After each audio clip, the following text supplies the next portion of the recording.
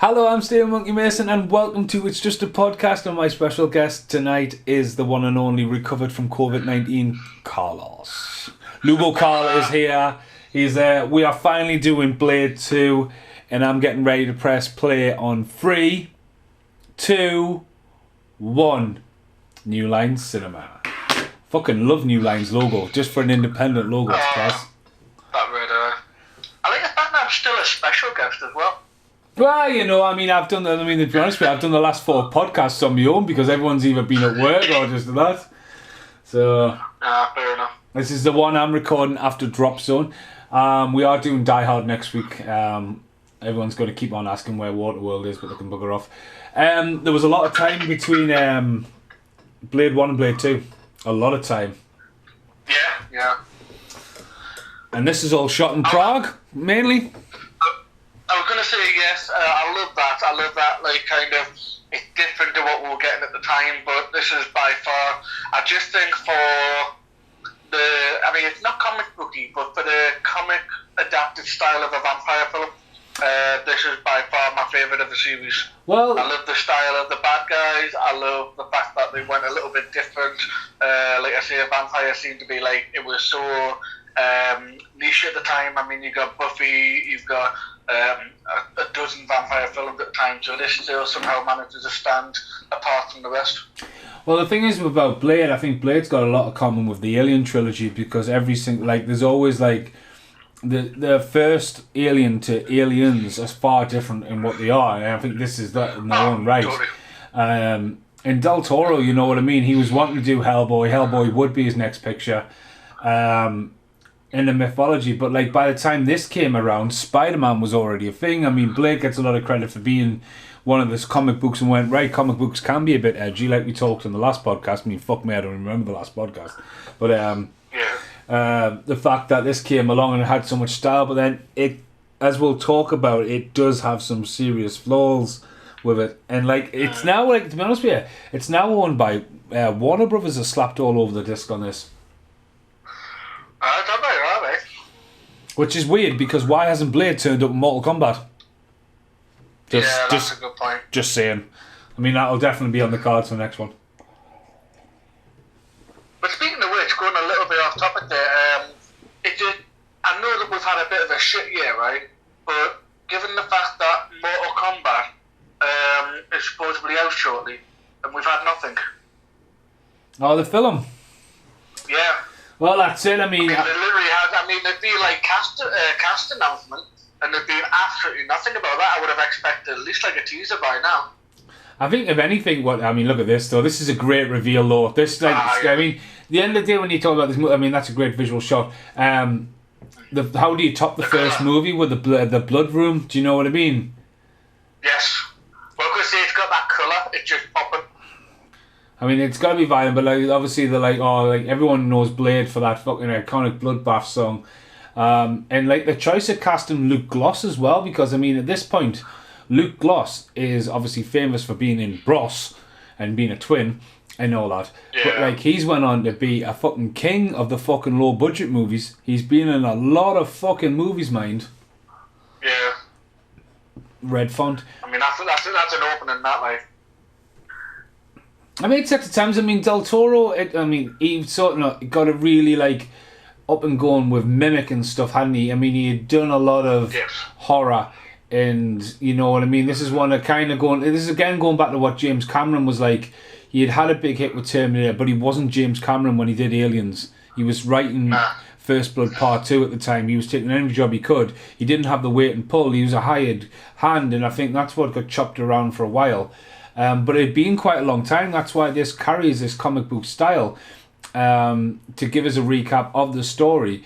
But again, you had a lot of film we didn't have the Marvel Universe yet because we still had a lot of fucking weird shit going down, like Max Payne getting adapted and all this kind of stuff. Yeah. People were trying to get a capitalize on Blade, but they were also trying to get it at a more mainstream audience. And that's what, again, it's what Blade 3 suffers for going to more trying to, you know what I mean, changing its roots. But there's a massive fan base because there's even a TV show. Yes, that's it. I never watched a TV show of mine. It's good. It was one of those weird channels I just never got around to watching from. But I do have it. The guy who takes over, Sticky Fingers, or whatever you want to call him, he was alright, but it got canned. So it you know what I mean? It gets to the point where, right, and it's done. But there's a problem, like one of the things I think I have a problem with this film is the different, like it's, like here it's all yellow, then it's all blue, and straight off the bat here there's some weird ass fucking CGI coming up. Am I talking to myself? No, I'm waiting for it. I'm not watching it. I'm just saying, I agree with you, but I don't know. This is where I think, like, I will argue that the one thing I love about Del Toro is that he's a world builder. It doesn't matter what film you watch, whether it's Pacific Rim or Hellboy, this, even The Shape of Water, which is nothing at all like these types of films. He builds a world which I'm just already invested. So I can probably, don't get me wrong, CGI is definitely questionable, but you know, we're living in an era where they're still playing with it. But I don't mind that as much. No, I don't see that as a big issue. But one of his biggest influence for colours in this was Dolores Claiborne movie, you know. Yes, yeah, I got that, yeah. He talks about that a lot in the commentaries. I just love like the colours. I mean, it's very, like, I don't know. I mean, to be honest with you, like when I see films like this, you can see it just screams Europe. You know what I mean? It's just that kind of colour, you know. Absolutely. I mean, don't get us wrong. This stunt coming up is pretty decent, but there, it's a first look at like that isn't too bad. But again, we're talking about this is the era of. I mean, Blade predates Matrix, and there's a complete. You know what I mean? Yeah. I mean, I just don't find that CGI that has not held up to its time. I don't know, like it's comic booky. You know, not in the sense of what I was. I mean, the first one wasn't there. The first one wasn't. Yeah, the first one was more graphic novel, so it had a bit more. The first one was more like a Crow movie with a bit more CGI. Yeah. This has got like elements of like obviously Wonderworld. Underworld was out at the same time as well. You know what I mean? It's like kind of like what was the other one? Like night? Was it Day, Night, and Night Watch? Daybreaker. Yeah, not Daybreakers. Night Watch, the Russian films. Oh yes, Night Watch. Yeah. I mean, this is not a bad stunt, but like again, it's kind of. I don't know.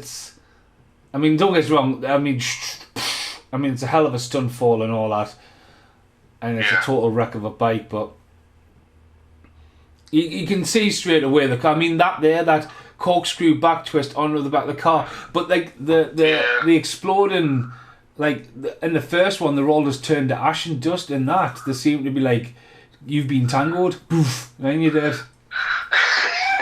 Well, I'm gonna double check. But do you think because of the first one being a success, do you think this is a case of too much money thrown at it? No, maybe no. Like that it didn't really need to use the money for because they just were a bit more spoiled. It was years later, mate. Years later, this was made. I mean, it's got to be at least 7 years between the two movies. This wasn't like because they went to Prague to make this, and that's not just Del Toro. They were still trying to save a lot of money on this. Yeah. Because it's under 50 million, or it's around the 50 million mark. 55. No, sorry, I tell a lie. The budget is 54 million. Made 155, like. Because even here, like when I was listening to comedy the other night, this entire backstory again has been cut, and it's somewhat that they cut from the first movie with the blood bodies when you see them briefly in the fucking start of the movie. But this is a milking house. This is meant to be where they're all like milking people and like selling it off and all that. That's what all the crates and stuff are in the background. But they just completely dropped it. Yeah. So I'm looking at this, and it's got this one's 54 million budget. The original Blade was 45 million budget. So it's spending a little bit extra money, and like I say, I feel like with the first one, it had the luxury of being the first of its kind. I mean, most people won't really kind of understand from a certain age that it wasn't. It was because of Blade, in my opinion, that we've got an MCU. Oh yeah. Because you got by this point, you know, there was like, or by Blade we had like Howard the Duck, which in all fairness, mostly because it's childhood memory, but well, I love that film. But you know, massive flop. Marvel didn't make any money out of it. You know, what, 98, so there would have been like what. That's after Batman Returns, so it would have been the Schumacher Batman coming out. So you're talking about like kind of game changer, even though the MCU is nothing like them. You know, they still went extremely family friendly compared to what this was playing at. I mean, just to talk about the fighting. At this point, there's a lot of orange there. I get you. From that particular scene there, it seemed like a firework display. Well, the thing is with that's Donnie Yen, because they were talking in the commentaries and that Donnie Yen was a big thing, and that was like they wanted every fight scene to be different. That's more of an homage to the Hong Kong style. There's a lot of fast cuts and like double, like quick repeats. I mean, Snipes totally nails it. I mean, he goes in there like a force to be reckoned with in that fight for sure. But then like going into this, I mean, I'm going to say it again. I think Wesley Snipes is not too old to do Blade or to embody Blade in somewhere. Even if it's like, I mean, he was coming back.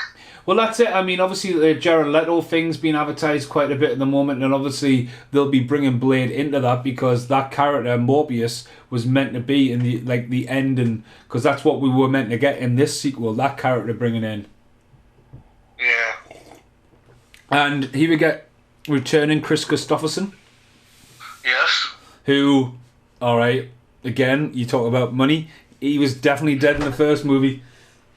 I was going to say, I was just literally about to say that. I was going to say, do we need him back? No, we don't. We do. No. It's a little bit too much. They didn't need him back. I mean, he was good in the first one, but that's kind of like right here in the first one. You get him back as a flashback cameo, maybe as like in that, but like not to have him a potential part of the story. Well, listen, he played his part as what he was meant to be, you know, behind the scene, you know, not a main character, but just kind of word of wisdom, keeping Blade intact. And like I say, with a flashback, it could have worked really well that way, because it could have had like moments of where there were flashbacks of him like giving him advice, or you know, trying to keep him from going full bad, you know. So like, that would have worked perfectly well for me. But I mean, it's not like he spends the entire. I mean, obviously he goes, "Oh, I've spent 5 years looking for you," but then there's this whole like, it's not like the fine whistler by the end. But there's the whole thing of like, you know, the first one's all set in America. I mean, he's just upped and moved to Prague. I mean, he's took his car, he's took his entire fucking workshop. Do you know what I mean? But even bits with Whistler, he's like they're talking about it on the commentary, and the guy's just like, this makes no fucking sense. And he's like, what are you talking about? And he's like, well, Whistler's left his wedding ring on a weighing machine that's now in Prague, that Wesley Snipes has had sent over. But then, they reckon, obviously when they show you the flashback, he's still wearing his wedding ring when he's being shot. So he's getting before I think, like, it's just, there's a bit of mess going on. And obviously Goya, who directed it, has went on to do obviously a lot of writing for, he's responsible for Dark Knight and stuff though, isn't he? Yeah. So I was just trying to figure out who he was, but Norman Reedus, isn't it? From The Walking Dead. Yeah. Yeah, I forgot he was in this. It's funny because he looks pretty much exactly the same.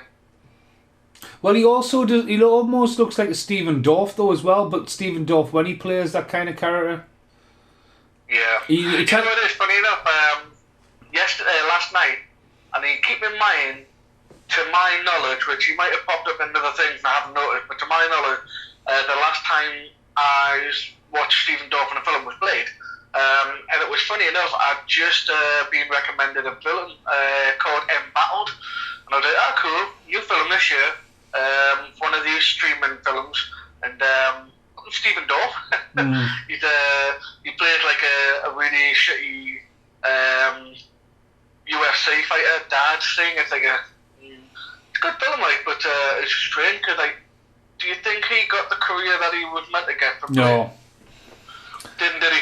No, I mean, I think Stephen Dorff maybe's made a few bad choices. I mean, don't get us wrong, he has made some good films because he's in a film called Break, which is all in the back of a car, and which obviously comes off the tail end of Buried, but like, he's never reached this success. He's never. I mean, even when he's in a film called Blood and Wine with Jack Nicholson, and they paired him up with Jack Nicholson, do you know what I mean? Before Blade, and he was really helped, but he just didn't seem to. He was like the next coming of Christian Slater. He carries very similar mannerisms to Slater, especially his voice and delivery. But he's just popped up in so many. He's a great supporting actor. Yeah. But he seems to, you know what I mean? Again, he seems to. Don't get us wrong. It's always Stephen Dorff. I mean, he'll have his name checked above the title. He's been in stuff like Carjacked. You know what I mean? He's been in loads. Yeah. Flashback City. Now we're in Blueville. Yeah, I was going to say that the colour change. But you need to know it's a flashback. Not everyone's gonna. There's the wedding ring they're on about. It.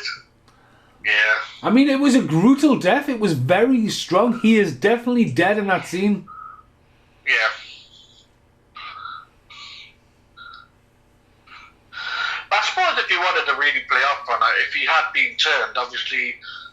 It's been a while since Blade found him, so I would say even if he definitely did shoot himself, and it was definitely a dead scene, but if you could argue to say that he was there long enough to allow the chain to start to manifest.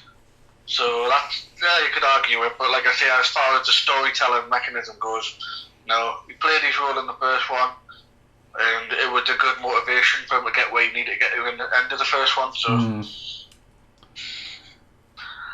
I tell you what. Correct me if I'm wrong, but did this film do the classic case of let's not talk about the girl? Hi, pretty much. I think it does mention her. Yeah.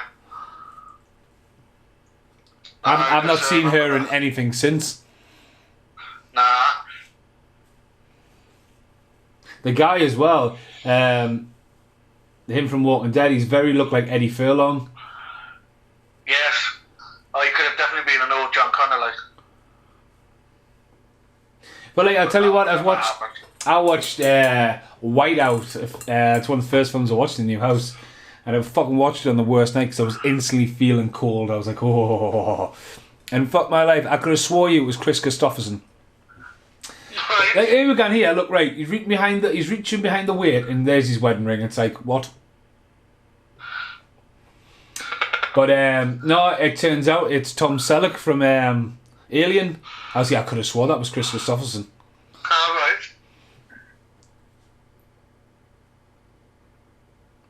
He's good in Detox as well. I've never gotten around to Detox. I really like Detox. Detox. It's always been on the list. It's definitely on the list for a podcast. I mean, him. I mean, look at it. Just like again, though, he's like an American that came over there, they're hunting vampires, and it's like this whole like new story of like the clash, and he instantly goes for him and stuff. And I mean, look at the size of that spanner. Besides that TV. They obviously, I mean, that's a Powerpuff Girls. They're fucking long gone. And that's showing their fucking time. Someone sent a meme of that the other day saying you couldn't get away with this anymore. It's like a strange grown man creates three child-like girls out of his science lab.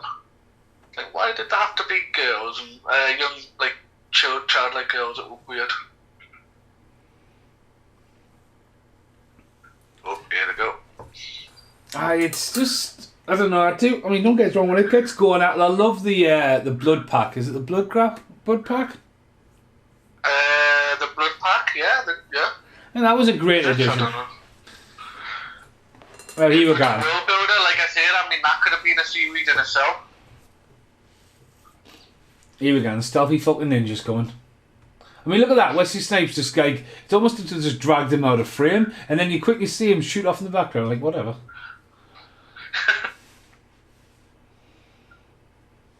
But it's strange, you know, because I don't know, did they mention in the commentary how Snipes was barely around. You know, a lot of the scenes that didn't need to be him was most likely going to be stunt double. I think it's more. He had other projects on the go. I think I think that was more in the third one that had a lot of problems with that. But I think in this one, Wesley Snipes hurt his knee and was out of action for a while, so they did have to work around that a bit. But at this point, Wesley Snipes, I mean, don't get us wrong, this hit the pictures, but Snipes had fallen from grace about this time and was releasing quite a lot of stuff directly to the DVD. I mean, fuck me, man, honestly, right? Fucking Chris Christopherson there did not sell that right. Turn your head that way, we're going to jump cut. He didn't even sell that punch. Right, we're getting ready for some really bad special effects coming here.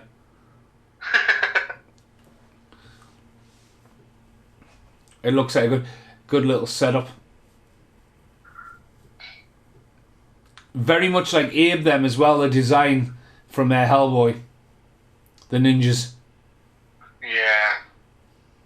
What's the guy called in Hellboy as well, man? I've got the fucking figure of him, man. The guy with the fucking weird eyes. The fucking assassin. Like the amphibian looking thing. Not the amphibian, he's made of dust. I don't know. Very similar. Oh, get ready, it's coming.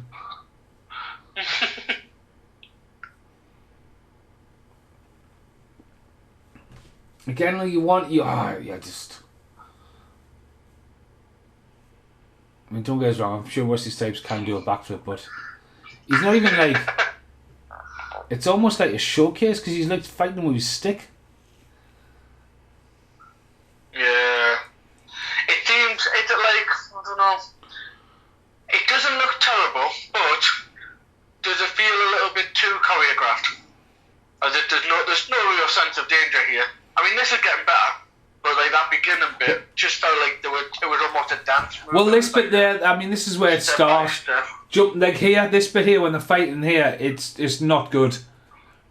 It's not even motion capture. It's almost like Mortal Kombat. Like it's just bad. Oh yeah. Oh no, that's PS2 game that like. It is. I mean, don't get us wrong. They did have the tie-in with the PlayStation 2 game, but. But other than that flip, why did you need that out of the CGI? They just literally film like 3 or 4 minutes worth of fighting. Why would you want to spoil it with that last 2 minutes? Well, why would you want to put CGI in front of massive halogen lights? You use your shadows to hide your flaws. You know what I mean? Yeah. I mean, and then they just want to give them a message. It's like, all right. It's a dangerous way to deliver a message, like. And then we get a shock reveal of who the fuck it is. And I was so hyped when I first saw this in the film. It was just like, what? Now, Danny John Jules appears in my tournament music video, and he's in the original promo. Unfortunately, by the time we got around to making the tournament, he wasn't available, and which is shit. You know what I mean? He didn't even have a cameo, which is gut-run. Yeah. I always thought he would have got, because we never filmed the people watching the CCTV stuff. That was just done in like a poor man's process back in England. I thought they would have cast him for that, but I was ashamed because I never got to meet him. I was going to say you didn't meet him, did you not? I didn't meet him, but he's in one of my music videos. It's like fucking hell. No, that's why I thought you might have like crossed paths at least, like conversation wise. No, I met him in Newcastle a couple of years ago. One of the nicest guys you'll meet. He literally is one of those who just kind of makes you feel like he's happier to be there than you are to meet him. It's such a nice conversation.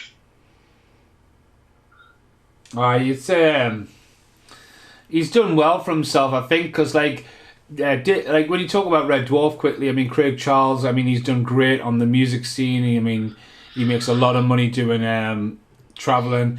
I don't think that's hindered him, you know. That's lost him a couple of fans, you know. I don't know if you know that, but when I went to Newcastle to meet him because he was at one of the other ones, not the same one, Danny John Jules, but it was probably like an hour after like the con had opened, we were walking around that was announced that he wasn't going to be able to make it, and then I was in the queue to meet somebody else, and one of the guys who worked for the event, obviously the conversation was, "Oh, it's a shame that he can't make it."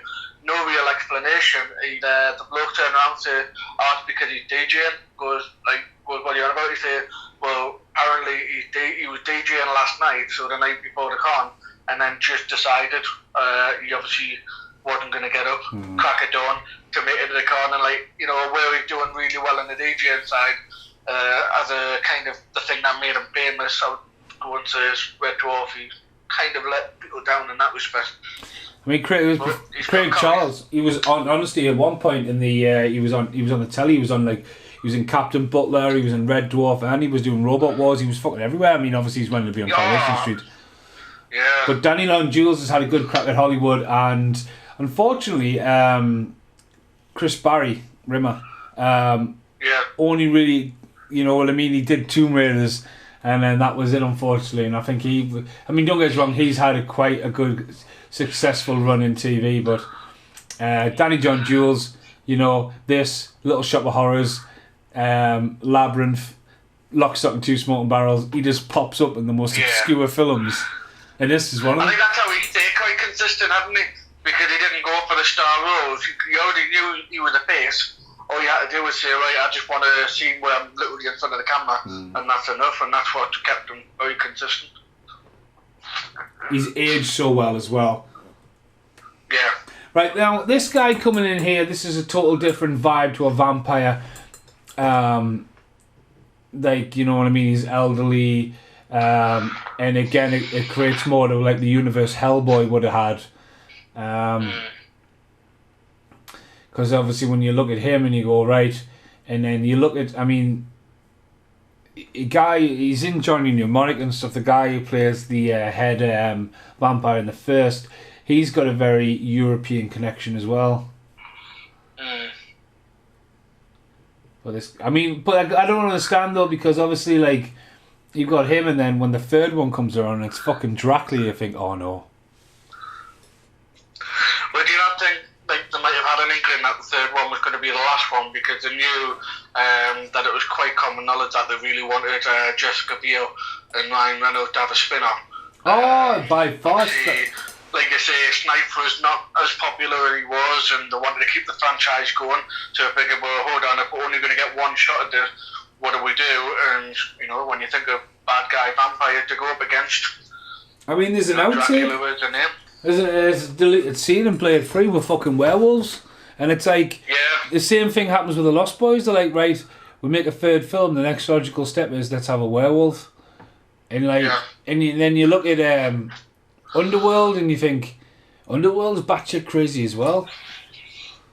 The one thing I haven't gotten into that one, I think I heard too many negative stuff about the sequels, and I just thought, well, I'm a bit of a completist, so I like to think of the idea. If I'm going to go on my way to watch the first one, I'll watch the others. But it felt like it got the Resident Evil vibe, where it just got like worse and worse as it got along.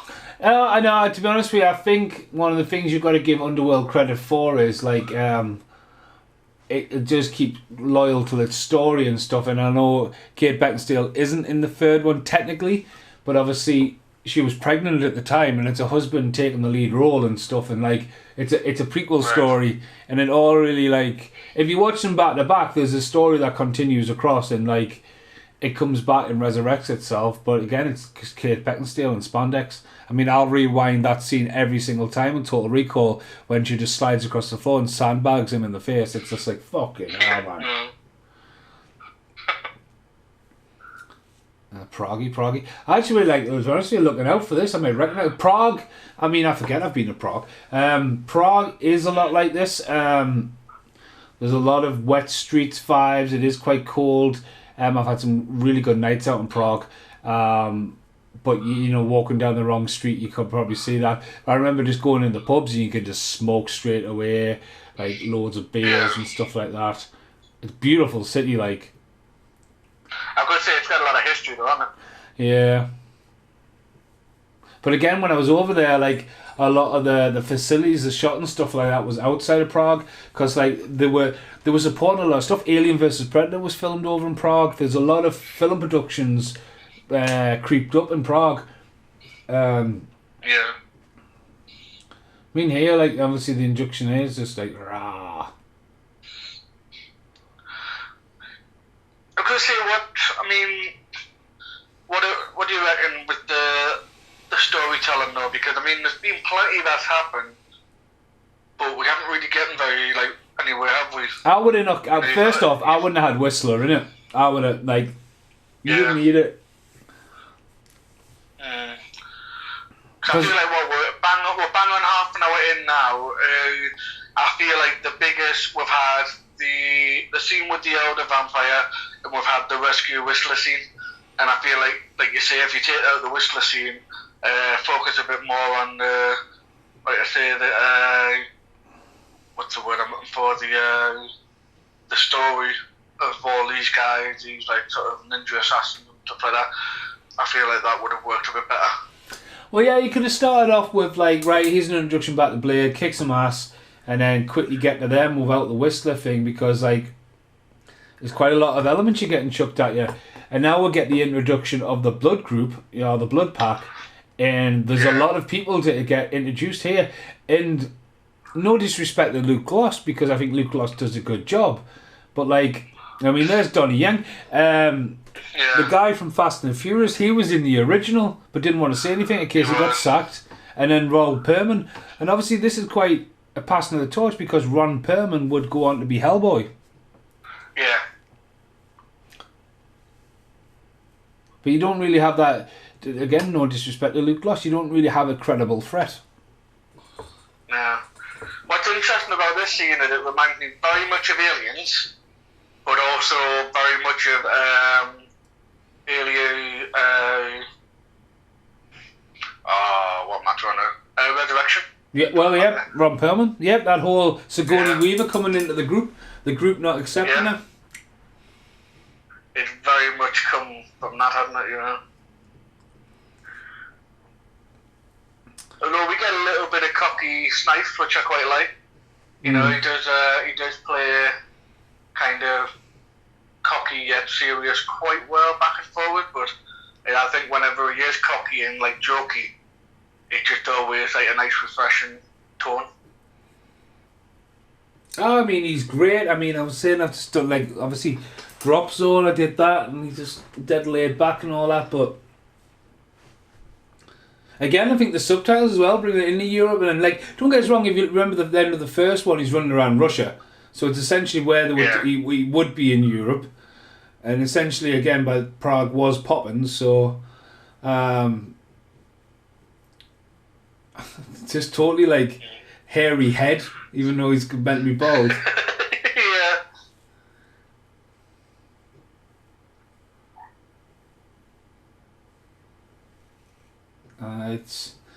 I don't know what point I fell asleep last night. It wasn't too far after this, like, the information's going to go. I do want to point out as well, the Edward Furlong guy, he's wearing a Hellboy t-shirt. Yes, I was going to say Scud or something like that. No. It's good or something like that. Scud, yeah.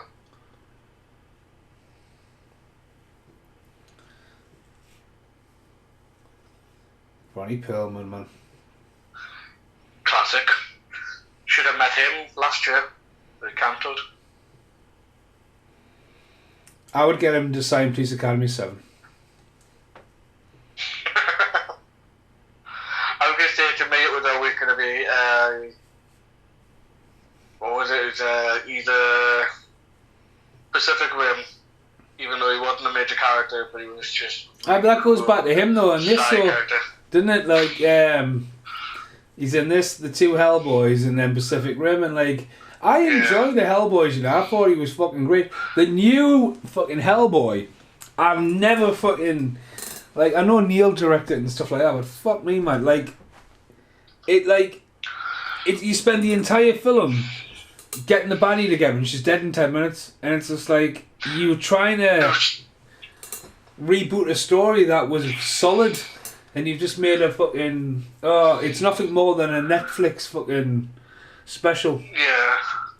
Which is a shame, because don't get me wrong, I will go as far as saying I respect anyone who attempts to do any major big character, especially since Ron Perlman did it as well. But forget his last name now, David, the one who plays him now, the new one, he looked amazing. He was, I could get on board with the look of his Hellboy, but that film just had all plot going on. It was just, I don't know, like I say, it just felt like it was like an amateur put together film. Then again, it didn't really help Mia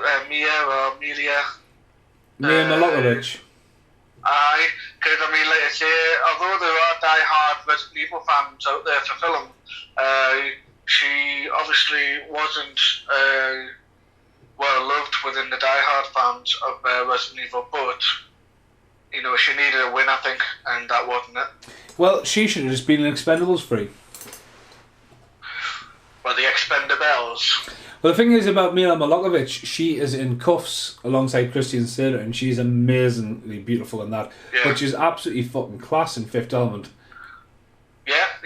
Oh, I mean, like I say, I think you could pick out a handful of things to prove that she has got the chops to do something really great.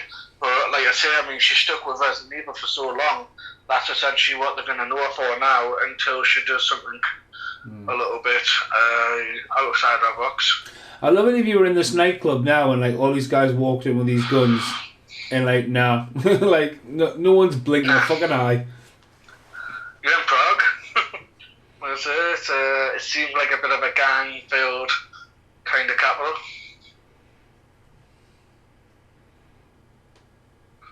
Plus, it doesn't quite look like trillions, but some parts. There was some fucking random bars. I ended up in Prague. Watch Welcome to Prague.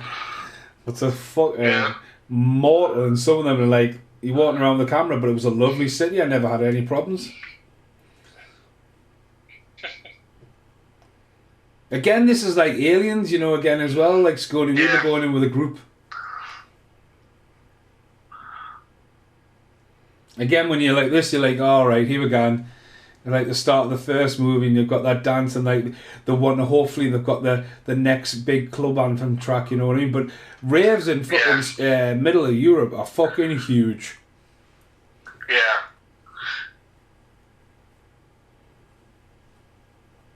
You never see anyone drinking, they're all just obviously pilled off the fucking heads. If you went in like England into a club like that, everyone would be standing there with a pint just staring at each other.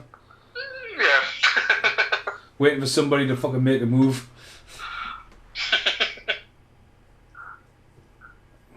The only problem is, like, without smoking and stuff now, like, you can imagine the fucking smell that place would smell like. Oh, yeah. That was the one thing I always say. I mean, obviously, I'm not a big nightclub person at all. I was once upon a time, but not now. It was one of the biggest things. Like, as soon as you put the smoking ban in, as soon as you walked into a particular club, it would be like, oh, that's a new smell. It's amazing how much nicotine masks everything. Well, that's it. I was when I did the podcast for Great Outdoors the other day. There's a load of smoking in that as well.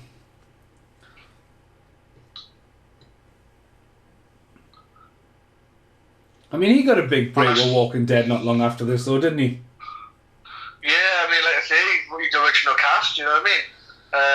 There's not that many. If anything, actually, I think he might be. I mean, it's finished now, I think, but he might be the only one. I think it was from the first season. Oh, like you say, he was loved by the fans. That guy there, the ginger guy. You got to be the face of that new computer game as well. Oh yeah. The name of it now, but he was model for that. Just saying there, that guy there as well. He literally looks like looks like Charles Dance with long ginger hair.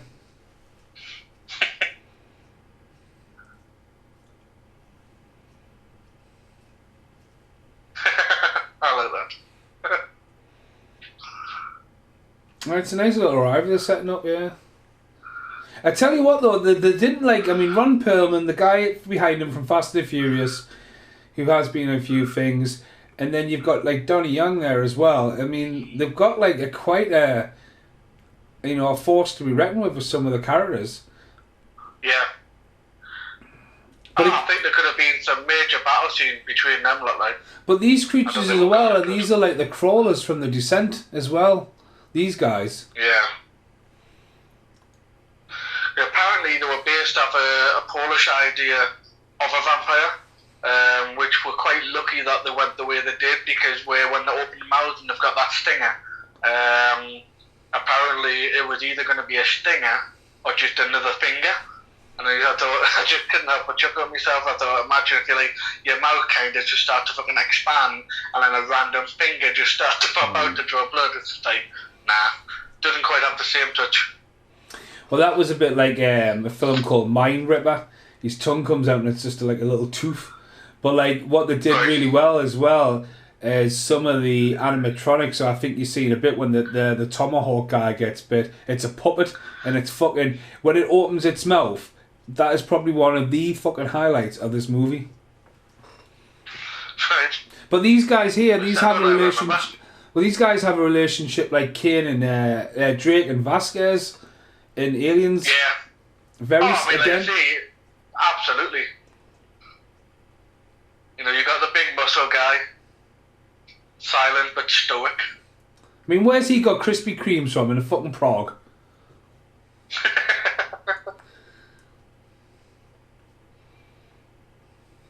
You gotta have a bit of Americana, man. How do you think they support the sales? Mate, honest to God, I remember the first time I got a pint in Prague, it was 95 pence. I was like, what? It was a fucking huge beer. I couldn't even fucking walk the first night. I didn't get far. I would say it did taste like 95 pence. So. Oh, it's really nice beer. I like it. How good was it?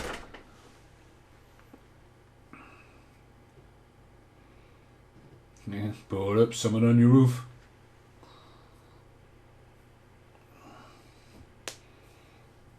He's the turncoat. It doesn't have any of that, like, I mean, like there's a lot of overcrank in the first one, you know, zooming around, and it has a very style. This is like very, I mean, I feel cold watching this here with the rain and stuff.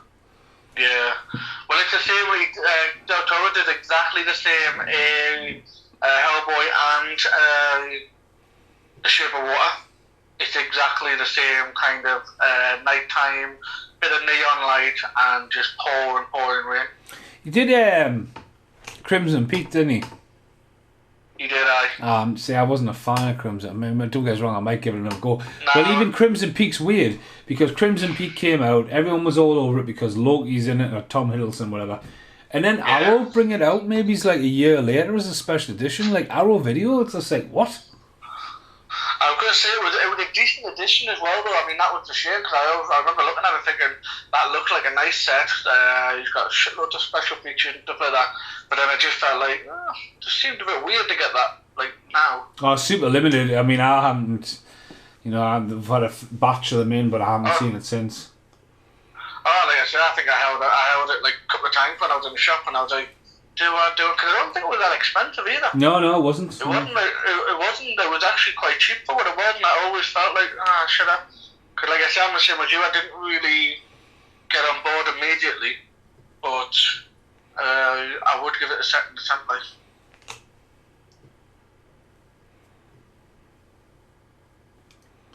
So again, here it's like, oh well, I mean, they went from a nightclub to a fucking creepy room to. Yeah, I don't know. It's like it doesn't seem to be following very well. But have you ever seen that film, the Bros movie? Oh no, I know which one you're on about. It's fucking brilliant, because he's went on to be dead famous and all that, but his brother, right, the other one, is massively famous in Las Vegas, and he's a resident of Las Vegas. So like all he does is sing and all that. And they go back round. I mean, they just go around and trying to make me music. I mean, don't get us wrong, it's worth watching. But fuck me, man, when they're arguing and stuff like that, they're fucking brilliant, like, because you can't stop laughing at them. Yeah.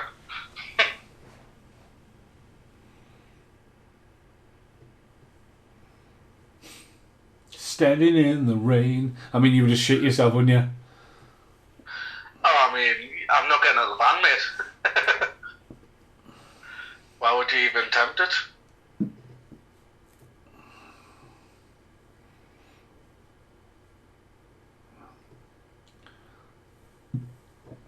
Got a tint of red with his makeup. He's got like a red band around his neck. He's got a red inside his coat as well.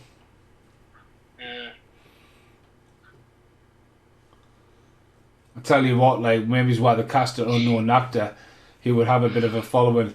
The simple fact of how much fucking makeup he would have to sit through for that. I mean, just there, man, he gets shot in the fucking forehead, he does a backflip through a fucking wardrobe, and you think, what?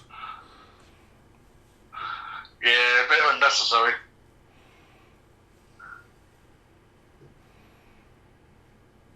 Donnie Yen, man. See, I know they've got I like the fact that I read about that actually, because apparently, obviously, Donnie Yen's known as Snowman, and apparently his armor, his kanji is apparently Yuki, which means snow. I love that kind of detail.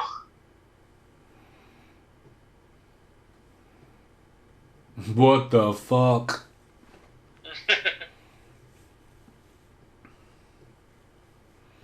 I think Ron Perlman, you know, like, I mean, he was like, it is quite. I mean, with this one here with the glasses on and all that, it's just kind of like give him a little bit of character. Yeah. I love this though. Look at that, man. I mean, it's like a fucking jump up triple kick. And you know he's done it. You know he did that. That's not like silly. Have you seen Ip Man when he punches the guy down to the floor and he punches him about 25 times?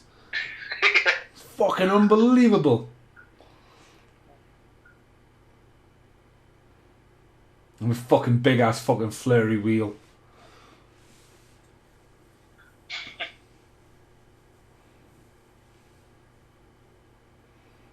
I mean, they're just running around not giving a fuck, shooting up the place. Yeah. I don't think I've seen this at the pictures, though. I remember being fucking hyped as hype, but I don't think it had a long cinema run. No, I think VHS for me. Oh no, it's better been DVD. No, I've got a big box VHS, so it was video days, but like this did well on DVD because it was new, but. Yeah, I do very much remember watching the first one on rented VHS. I'm not sure about this one. Must have been VHS, I'm sure of it.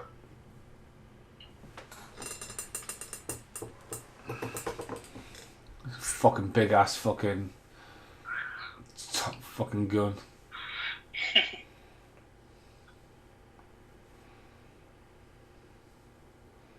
Wearing eye makeup, you got a lot of makeup on Donnie Yen, like. I was gonna say, well, funny enough, I'd until recently I forgot he was in this. And then soon, like I say, as soon as I saw him, it would be like first time he came on TV, I was like, oh, that's probably the reason why I forgot he was in it. He's very heavily makeup. It seemed a little bit unnecessary, but maybe. I mean, this bit here when it winds up, it's like, what the fuck, man? That's cool. Right, we're about to see that. I was on about there. This scene coming up here when he gets bitten. It's a fantastic puppet.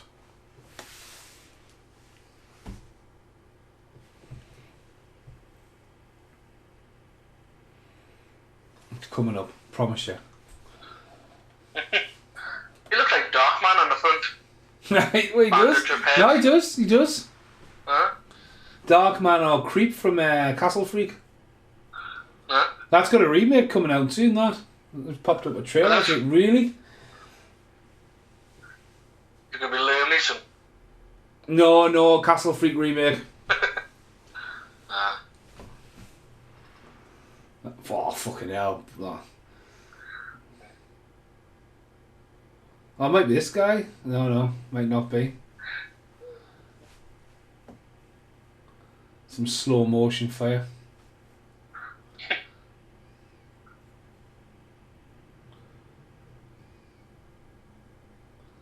Boom.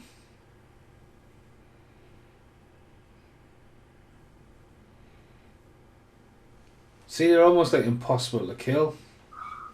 I was going to say though. Here you go, dude. Here you go. Watch this. Look at that. Well, sorry, that's the CGI. Yeah. So that's the CGI. I think it's when it jumps on the other guy.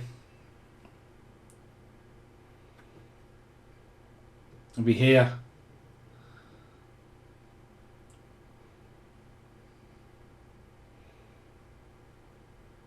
There you go, here on here. It's a great puppet. Ripping into his back.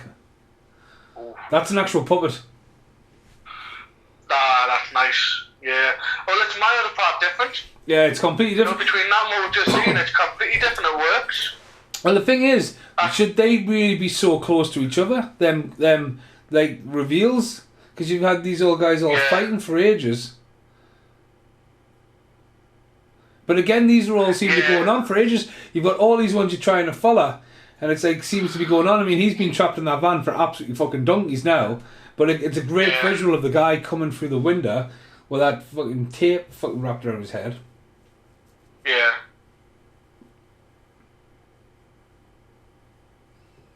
But then you've got all this happening. Like I said, do you not think you're like, oh, well, where's Blade at? Well, that's it. You know, we know he's there. We know he's off doing something else. But it feels like a weird thing to have in a Blade film, to have all this going down and like Blade not to be seen anywhere. The classic case of I'm not really hurt. I'll just hide my wounds. I'm not going to be a zombie.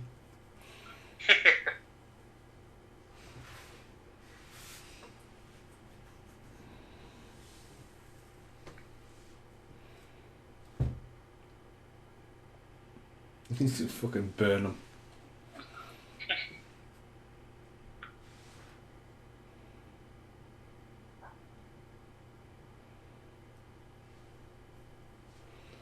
An homage to Burning Pearl in the first one. Yeah.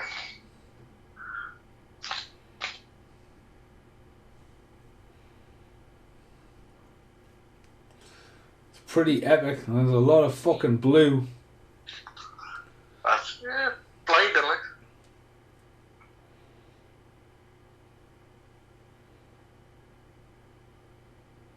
I mean that there looked great.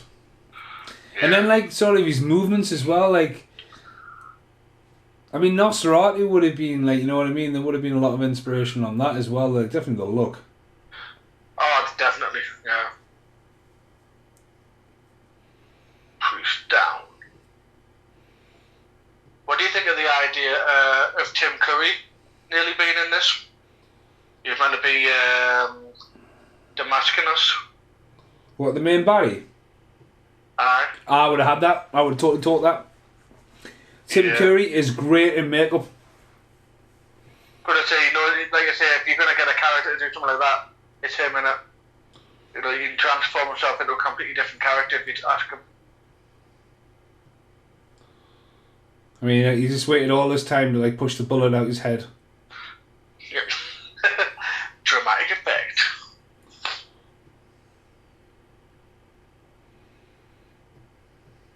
Hasn't been a pop final on Blade yet. I don't know. I don't think so. We'll be waiting for the new one now. I like that Mahershala Ali, like, but I don't know if he's. I don't know. I feel like it's going to be a classic case of Snipes as the Blade that I kind of know, but also the Blade that I want. I think that Mahershala Ali's a really good actor, but I'm just not quite sure. I would like to see Wesley Snipes in the universe, but it'd probably turn up in Black Panther, because Wesley Snipes wanted Black Panther made for years, and it might even predate this. This is probably the reason why he chose this when Black Panther didn't work. Yeah. Oh, well, I'm going to say there's a few, like when it comes to the Marvel stuff, there's a few films that were like being talked about at the time that Del Toro has been wanting to do a Doctor Strange for years, but the script that apparently put forward, Marvel rejected. In fact, I think it might be in this scene actually. There's apparently the stained glass window with Doctor Strange on it, or something that resembles Doctor Strange. There's a little bit of an homage. This totally reminds me of the fight in Mortal Kombat. Yeah, plenty of scaffolding.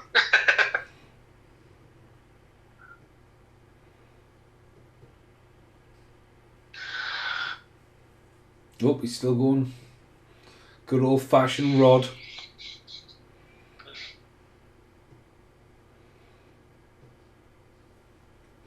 I've seen a film called Blood Out, and I remember almost being traumatized, and it predated me doing any of like the reviews and shit.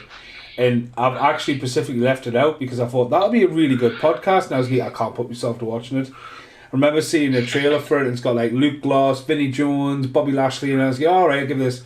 And I just remember he gets fucking, to get undercover, he goes in and gets his entire body tattooed in 24 hours. I went, fuck right off. No fucking way. Like all these gang signs and tattoos and all that. And then there's a bit where he's hanging on the car, and the car gets flipped, and he literally lands on his feet, and it looks like he chucks the car like the Hulk. And I was like, no, not having it. Well, sometimes you gotta give me things to go, don't you? You might end up finding a gem. I was definitely asleep by this point last night. I would say it's for a part of film that's so action packed.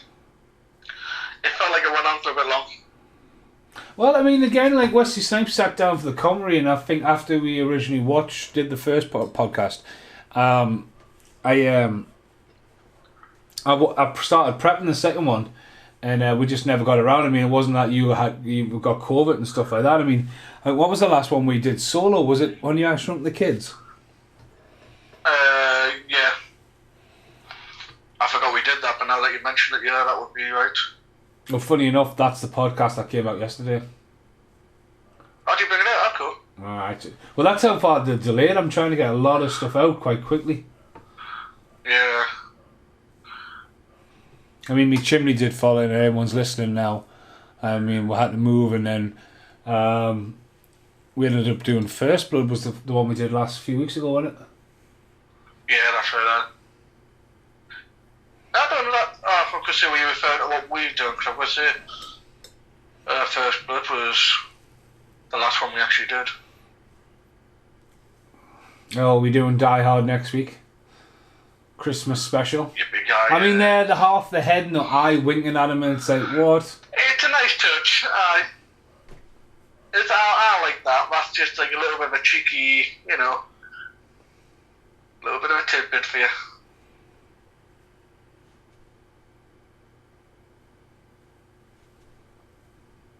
I don't remember him being in the first one. He must have just been like one of the henchmen uncredited in the background. But he was just coming. I think he was.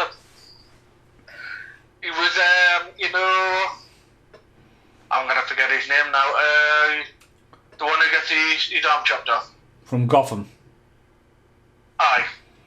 I think it's like it was almost like classed as his mate. Whenever when you see him in the booth and he's got the girls around him, I think he's in there. I'm sure of it.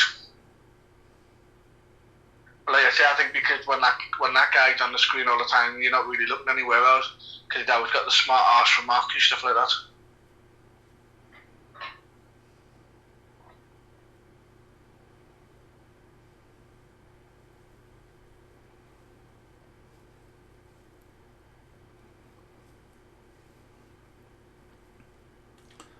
Aye, creeping around in the sewers. Well, that's where you gotta go. I mean, he's creeping around in the sewers with sunglasses on. I mean, we all know, as creepy as this looks, he's just eating strawberry jelly, isn't he? aye, but I mean, that guy, every time I see that guy, reminds me of Guy Pearce. I'm sure. I can't think what he was in like. I mean, this is a good imagery. This going into the bloodbath.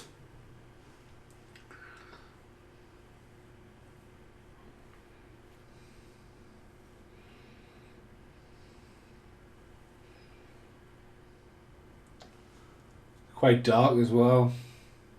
I think that guy might even be in the Thing remake. I'm not gonna look. I'm just trying to think. What's his name? I know he's lawyer. That shot is all about the visual. Yeah. That's nicely done.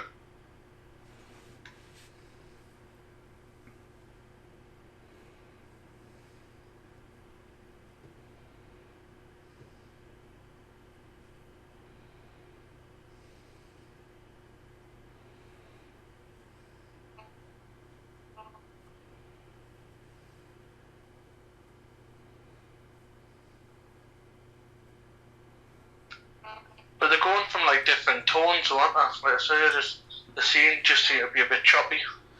Well, yeah, I do find this quite messy film. I mean, I know a lot of people don't like. I mean, don't get us wrong. Even calling Blade 3 Trinity, because Trinity was quite a used word with fucking Matrix. I would have avoided that at all costs. Right. But then we're now getting like how to kill him and all that. I mean, all the teams survived, haven't they? So, well, except for one, the ginger guy, he got killed. Actually. Yeah, I was going to say that the priest went. And we all know, obviously, the other one's infected, but... I mean, this is quite a cool model as well. I mean, it's minging. I mean, there's so much great detail in that. It's classic when it comes to, special effects. Just good to show you. I mean, like I say, I think years gone by, and I think, yes, someone might argue and say, oh, yeah, but for some films you just need to have the special effects. It's just like, no, you don't. To me, I always find that the best use of special effects is like kind of almost to mask what's really going on rather than replace what's going on. Like you were saying with the fight scene at the beginning in front of the UV light, I mean, even today, 2020, and they still haven't mastered that. No. I mean, going back to what you mentioning Black Panther there, it's a great film, but the end fight scene between Michael B. Jordan and Charles Boseman, it looks a little bit cheap because it's an entire human body purely made up of CGI. It just doesn't work. It just doesn't sell. Whereas if you go along the line to take I mean, it's still not perfected, but taking the idea of de-aging technology, making it so that you use the technology smartly, like the way they did it with Robert Downey Jr. In Avengers was perfect because it was literally just a face they wanted you to notice, and the rest of his body worked in the scene. Whereas, although I still haven't seen it, I'm a little bit disheartened to spending 3 hours watching The Irishman when I've heard it's not that great, but it's like things like I hear when they're talking about Joe Pesci's character giving someone a kicking, and it's just like you can make him look as young as you like, but it's still an old man kicking someone. Yeah. You can't hide the fact that it is an old man doing that.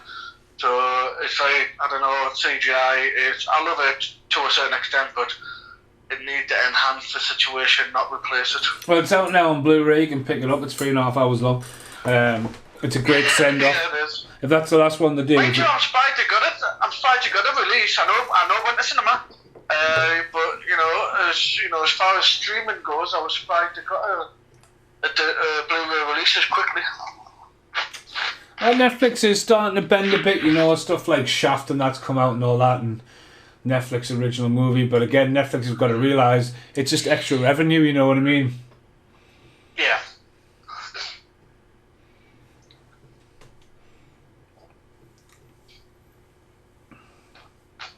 Again, this film has really slowed down. Wesley Snipes has been quite absent from it, I think.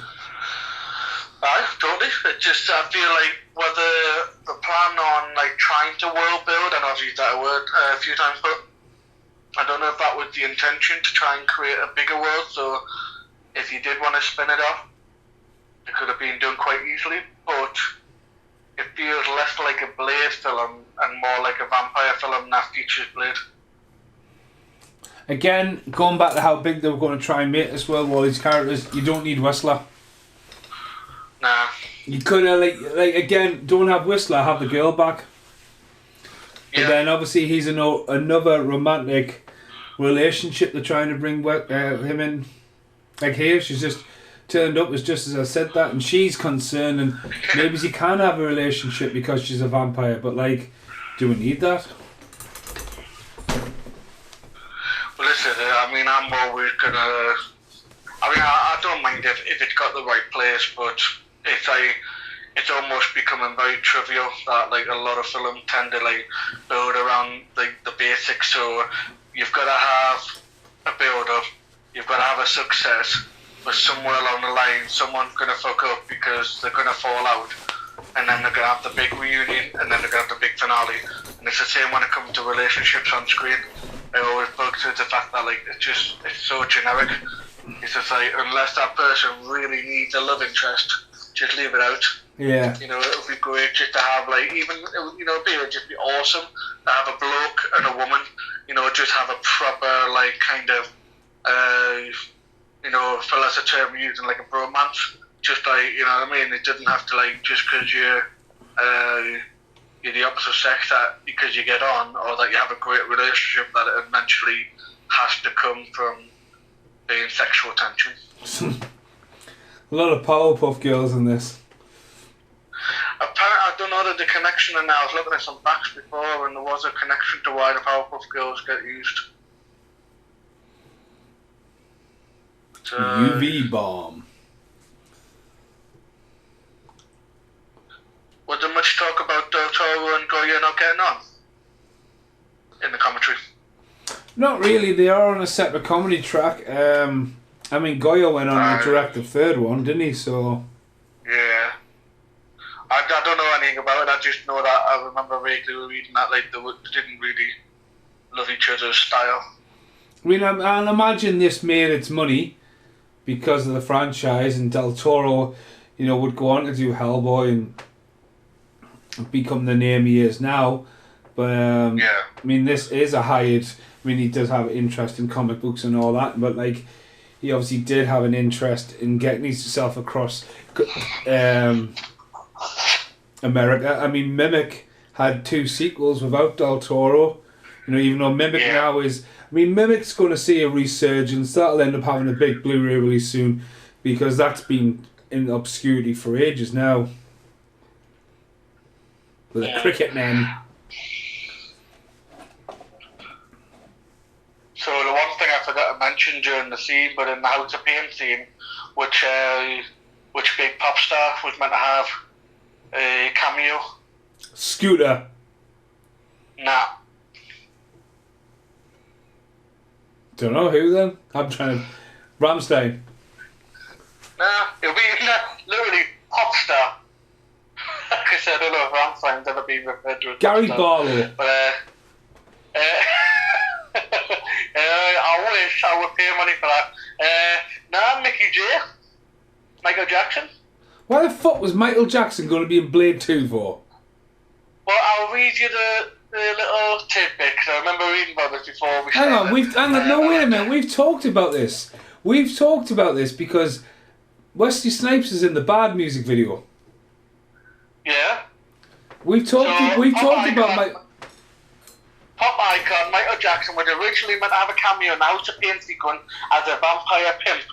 That this encounters as she searches the upstairs hall.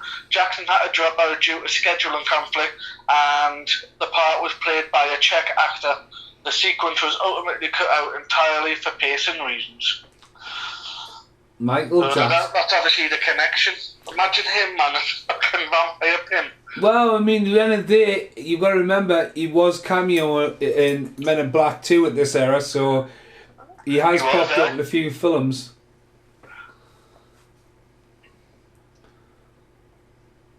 There should have always been a Moonraker trilogy. All going in, none coming out.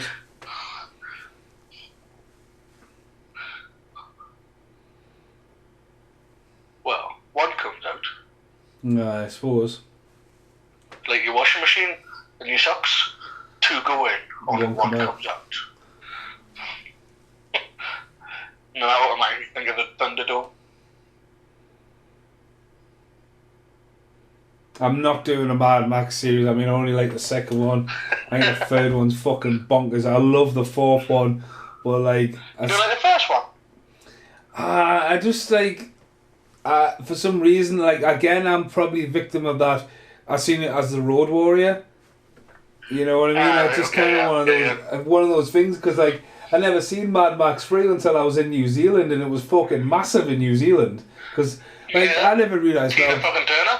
Well, I never fucking realised fucking Mel Gibson was Australian till, like, I don't know. Like, and like I was watching Lethal Weapon and you can fucking hear his accent in it. Oh, yeah. Well, did you not know that Mad Max was originally released as an Australian film? But when it changed to a US distributor, they dubbed it. Well, that was So it. if you watch it now, it's all American, but it was actually all Australian originally. Well, that's it as well, because like Roadrunner, Mad Max 2 was just released as Roadrunner, wasn't it? So yeah,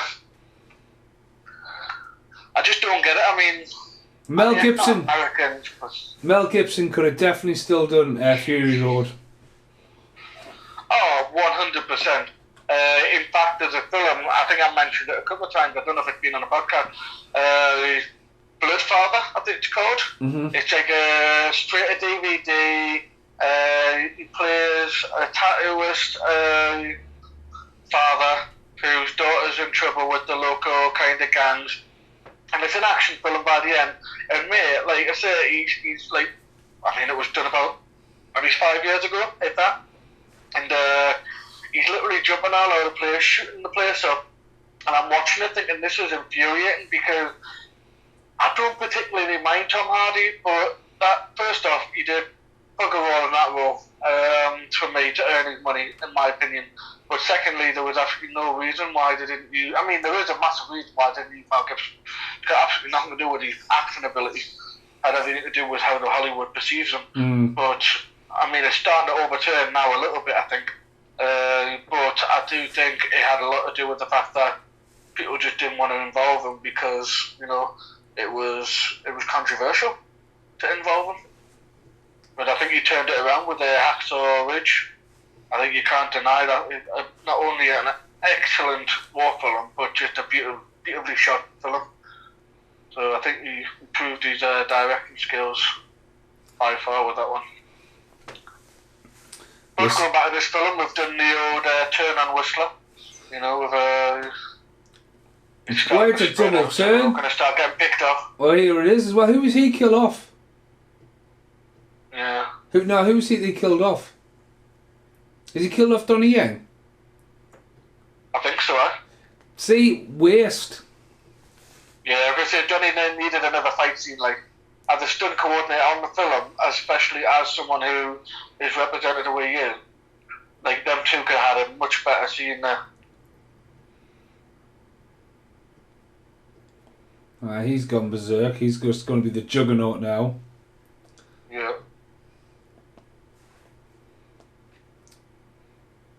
Donnie Yen should have had a lot more, but again, it's him probably. I mean, she like again. She kills both of them. Boom. I don't know. Like, what's your take on that? Was she aware of that, or did she just fuck up?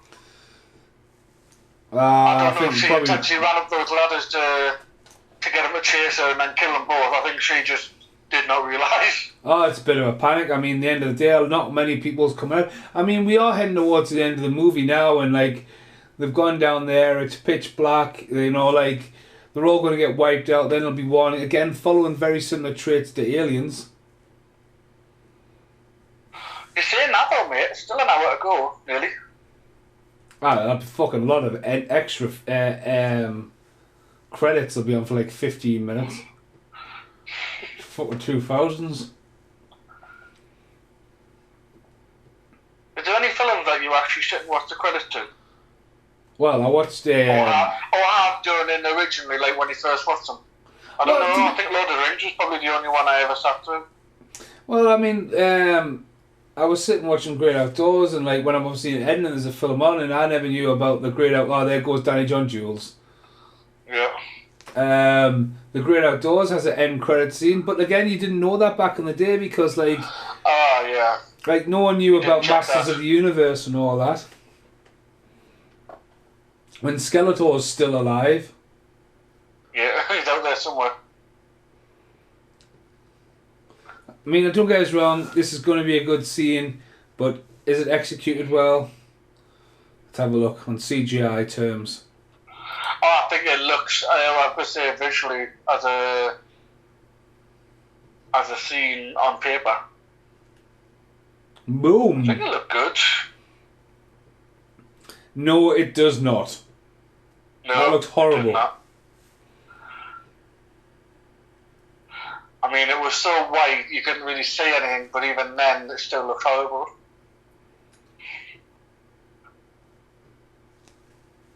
But you were saying before, which I totally agree with it, that they had a fucking phenomenal team there, and just all being picked off effortlessly. There's just no like I said, Donnie Yen didn't get a fight. Obviously, we all know the big guns was gonna turn eventually. He's clearly the muscle in the context of like not the muscle that the other guy had, but more the bully, I would say. Yeah. But like insignificant in my opinion.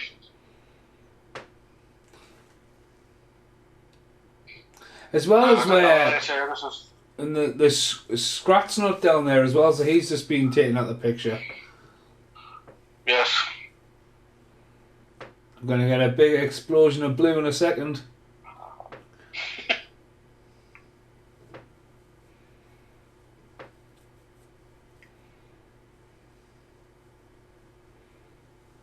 Well, he's got mauled as well.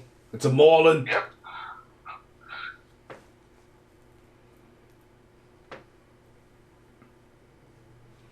It's pretty brutal, like. Pretty brutal. I could say I don't remember showing you as much. Fucking Ron Perlman balls to the wall.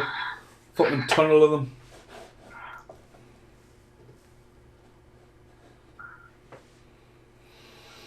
Into that old classic cliche, run along, shoot one, falls from the roof.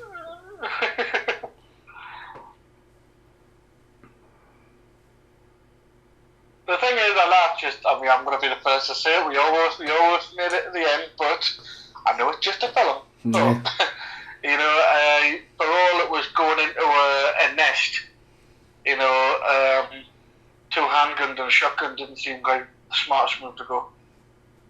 You've already seen how like kind of agile they are. I wouldn't go with a short but powerful gun. I would go with like something that blasts off a couple of buttons.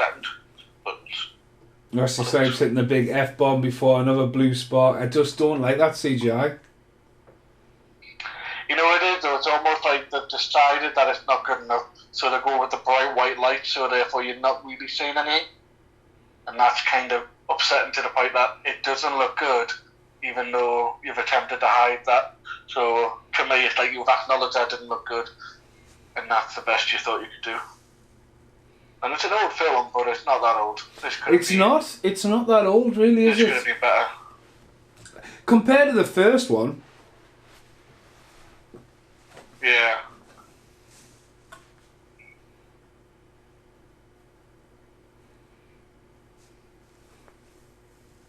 It's been a long time down here in the darkness, like, Emma.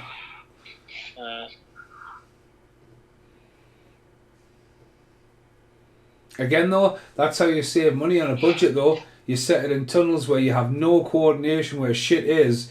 Anything can happen because down there, and you know what I mean? And you can just reuse the same sets over and over again.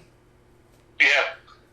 I think I would say it's smart in a way, like I say, I suppose they're using the lighting to the advantage. Again, you know that if you go dark, you can get away with a lot more. But still haven't quite succeeded. But there it goes. Well, even though we have a little bit of time left, Paul Ray has longer left at work. Oh, really? I got that look off him when I left him tonight. He was just like, "Ugh."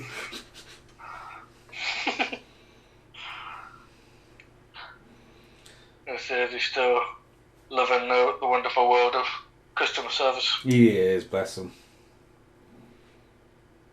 So did she die there? No. No, not yet. Don't think so.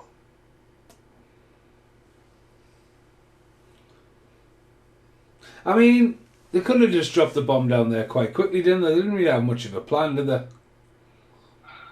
This is it. That's what I mean. Like, it just doesn't seem like for what they appeared to be quite the team, it's not really being very cleverly done.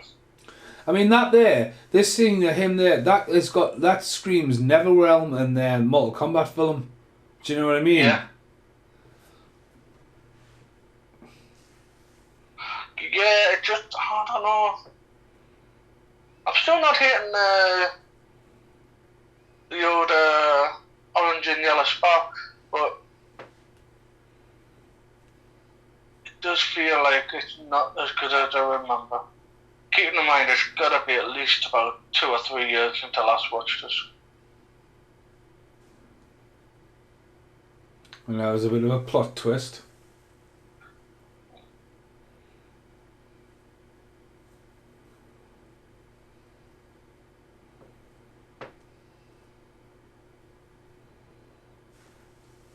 Oh, she is dead. Yep, apparently so. I thought she made it for a little bit longer.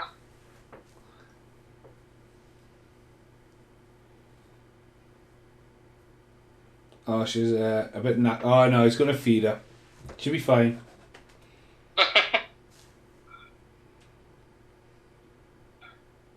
As they say in the northeast, you down and they're gone.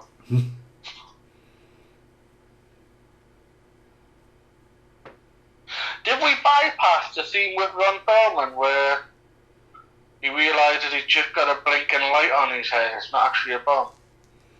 Or is that something? Oh, I think that's long gone. No, That man, no. he's gone, isn't he? He's gone, isn't he? What? He's gone, isn't he? He has, but I know what I'm thinking of now, and it's, let's just say it's not quite there yet.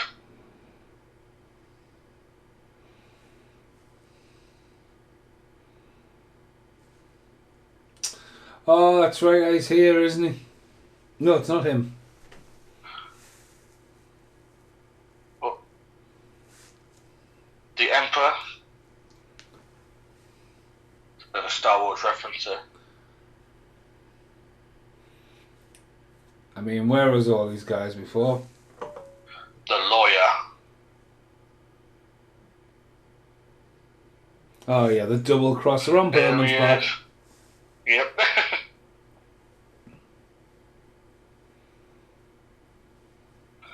Interesting makeup job, like. It looks good, but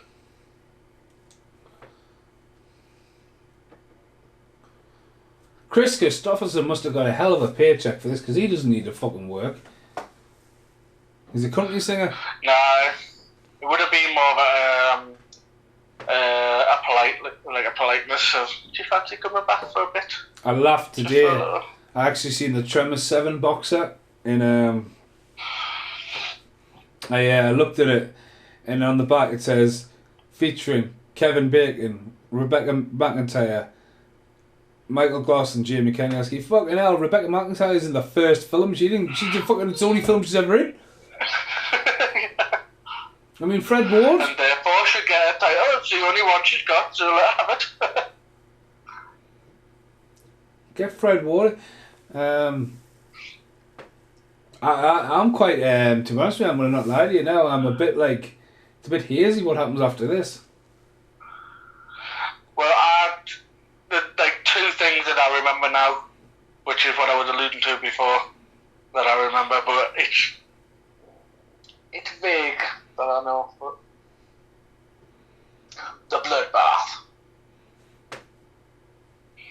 Because there's another double cross, isn't there? Because the Scrap Man, he's in on it. Yeah. Ron Perlman's head blows up.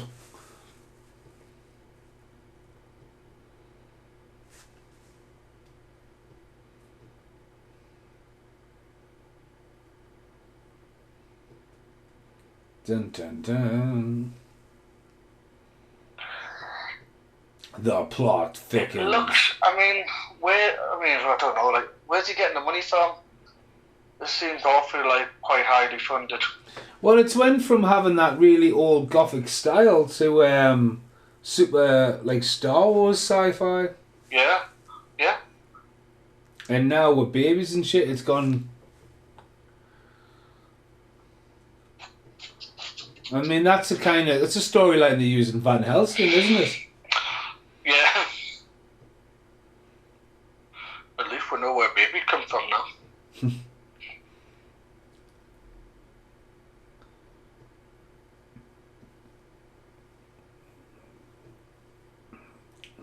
Another plot twist. Mm. It all come together. You realise that Luke Loss isn't a baddie. I remember that twist. Luke Loss goes on to play the baddie in Hellboy 2 as well. Yeah. I think Del Toro took his pick of the best, like. Well, at least his favourites.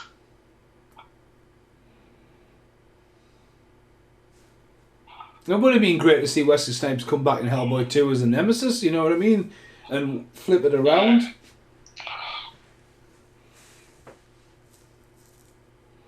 But obviously Wesley Snipes... Oh, there you go. Yeah. This is what I was thinking of, because this is the other turnover. This is like a double turn, isn't it? Yeah, that's why I was thinking, hold on a minute. I'm sure there's something about the bomb, but...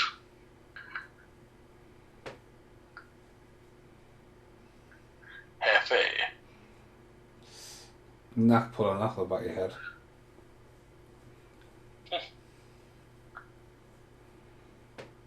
Oh, he gets blown in half, doesn't he? Yep.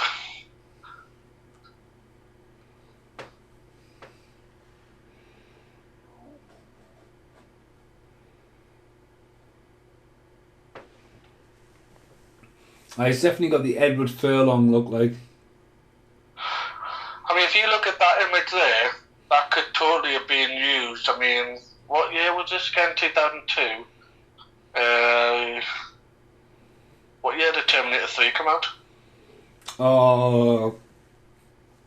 I know it was later, but... I want to say 2003. Because you know what it is?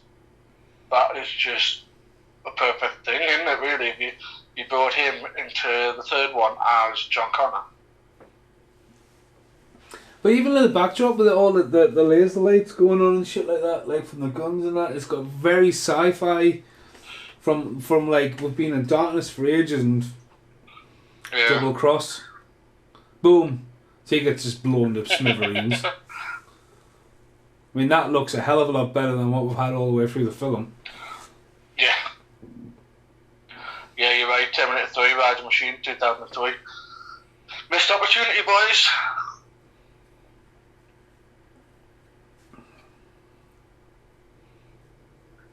Mind you, that's a dead franchise now, isn't it? Oh, it's too messy. It's fucking all over the place, man. I think one of my favourite ones is being Salvation, because it was kind of gone somewhere. Yeah. I mean, the whole... was that the one where John Connor turned? No, the one with Christian Bale.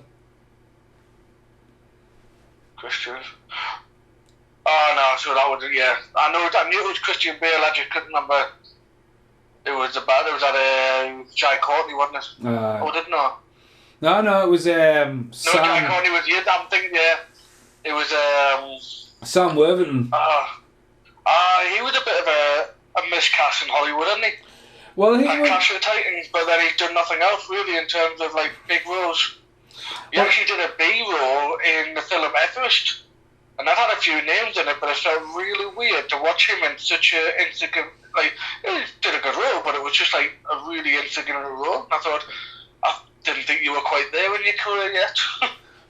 He's been popped up in a few, but obviously he'll be waiting on fucking Avatar. Yeah, that's true. He probably hasn't been able to commit to much because he'll be on standby with James Cameron all the fucking time. Good point, mate. Like, how long we meant to have him? Again, I mean, I don't think I'd be panicking considering, as much as I'm not a fan of this, the Avatar film, it's gonna make money in it, no matter which way you look at it. As soon as that second one comes out, that's gonna break records.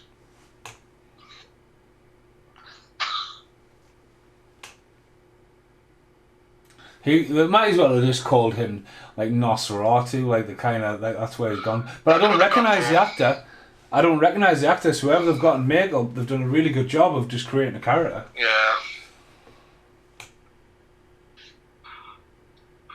Well, then again, that's the art of getting it right. It's not about making something completely different. It's just like the slight subtlety. I reckon if you take away the makeup, probably wouldn't look a million miles different. I just think they've done like more is less. Oh yeah, by far. we were just talking the other day about makeup in movies and that. Like, I don't know. I feel like at his age he probably doesn't. But I thought, it is. Hugo Weaving's got to be a little bit miffed about walking away from the Marvel franchise. Oh yeah. And all it was purely because he couldn't face sitting in the chair for that many hours again doing all the makeup. It wasn't even to do with the fact that he didn't like the stories or he didn't like the character. It was purely the fact that he hated the makeup. I thought, dude, getting paid a bit of money, man. Just deal with it. That's it though, when you get hitting big and all that, and then, you know what I mean, some people, like, look at Tim Curry. I mean, Tim Curry hated fucking makeup, but like... He knew that was his bread and butter, or at least it worked for him. But I think he also had a rubber face as well, so I feel like he could do well without it. I think, like, when you watch Clue, or even something as little as Home Alone 2, you know what I mean? It was he was a character actor, you know. See, this looks very similar to Blade Trinity. If you think of a particular scene where it's Triple H and Ryan Reynolds. I mean, not now, but just in like the spacey grey metal room, you know, obviously the bad guy got the upper hand and the good guy just seemed a little bit, you know. I mean, going even back to Blade 3 had a big undercasting with Posey Parker and guy from Prison Break and all that, you know what I mean? Yeah.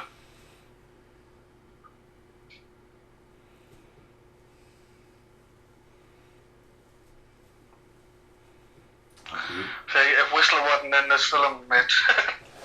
Just took the words out of my mouth. You don't need them, man.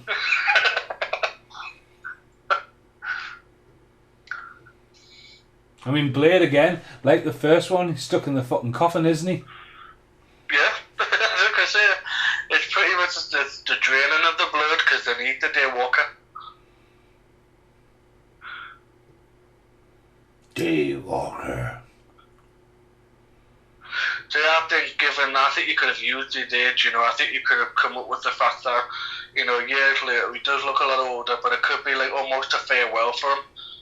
They could have actually like killed him off as saying like because he is like half human, half fan. Right? It eventually caught up with him. Like make it like, I wouldn't go futuristic, but make it like one of the future. So he's still like someone like 150 years old, but now he's like kind of coming to an end. That would have worked out really well in my opinion. I think it just gets a bit too messy, like especially with Ryan Reynolds being in the third one. It's better for them to just disown it.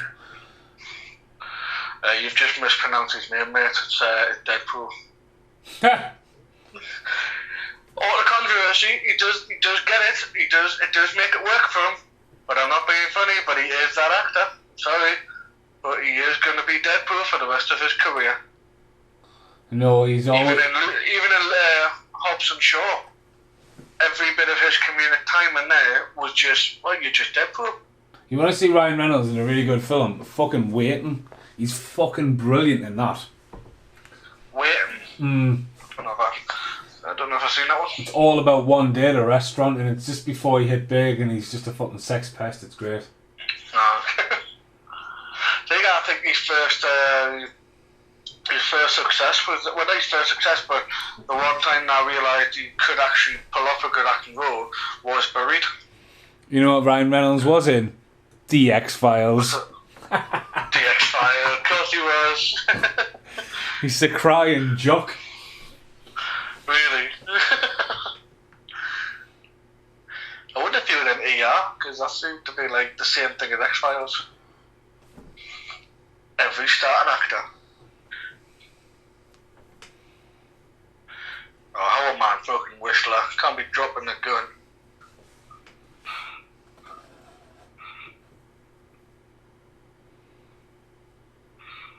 Again though, blue effects.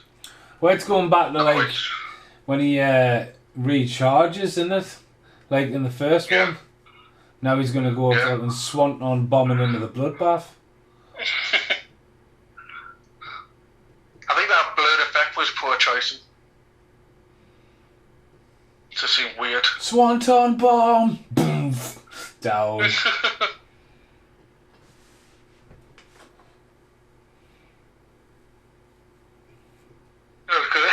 know, they totally drawing a blank on all me JR quotes. And I mean, don't get us wrong, he looks fucking class. Oh my god.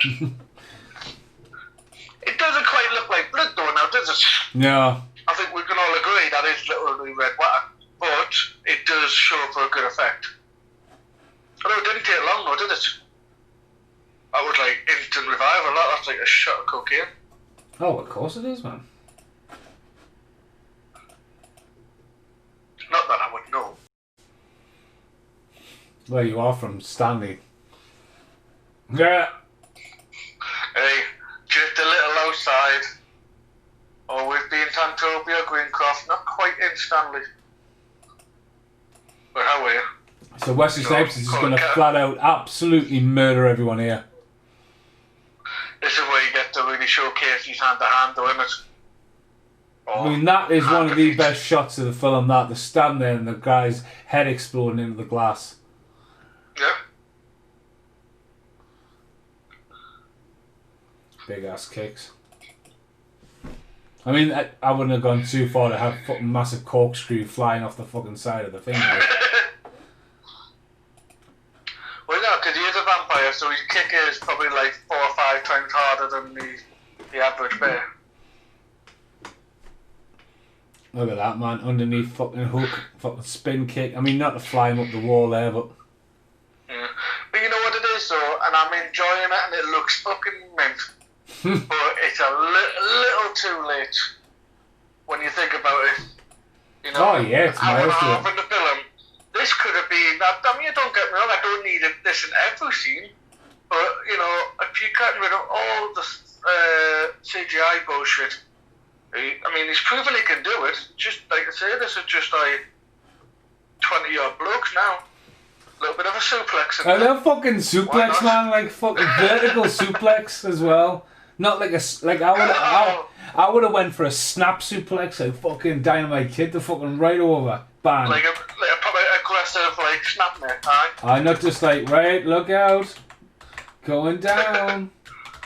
That was a Bill Goldberg that. I'm going to hold you here for a couple of minutes to let everyone see. Unless you're the Undertaker and drop you straight in the fucking head. That was pretty rough, like. That entire match was rough. I can't remember what set you off on the last podcast we did because I met, like after Blade, I think Blade had an extra 20 minutes of audio commentary because you went on a fucking rant about Summit. Well, I couldn't possibly tell you. My rants are very authentic and very natural. They come out of nowhere and... Oh, catching the glasses. It's not Terminator, man.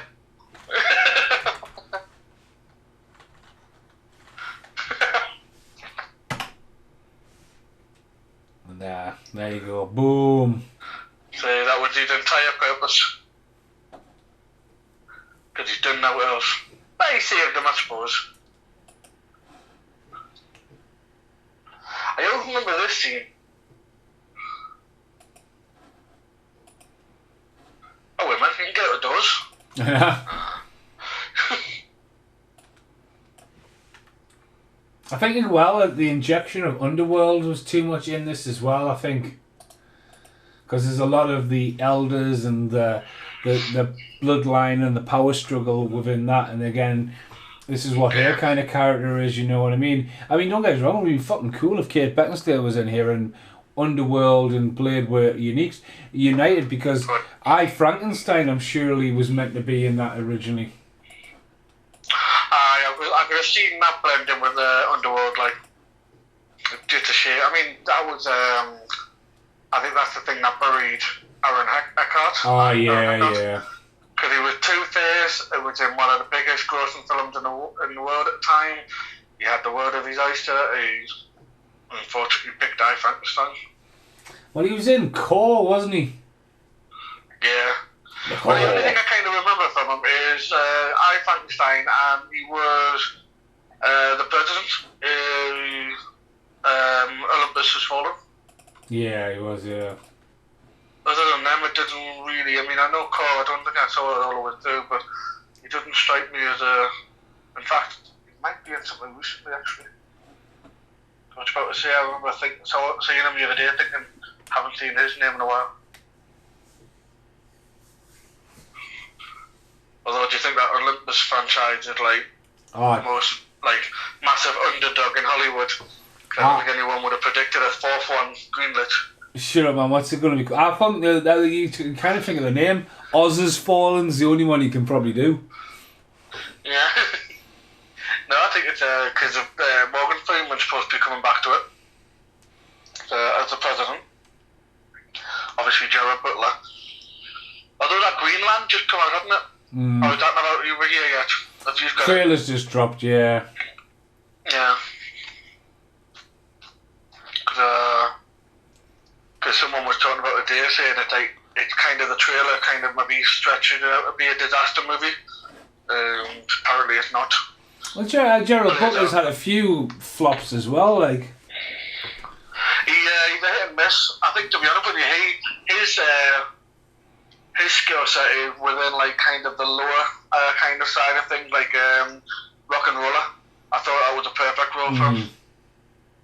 It wasn't like big movie blockbuster, but it was strong enough to really capitalise on. Well, that's like his humour. Because he's a funny bloke as well, like that's the thing. He's got like quite a nice heart, like. Oh, she sacrifices herself. But is it because she's got Blade's blood that messes with the muscle one? Possibly. I can't remember now, unless I just made that up. Could be a good plot line though. Could he hate vampires? Wicked, look that though. Again, here we go with CGI. Yep.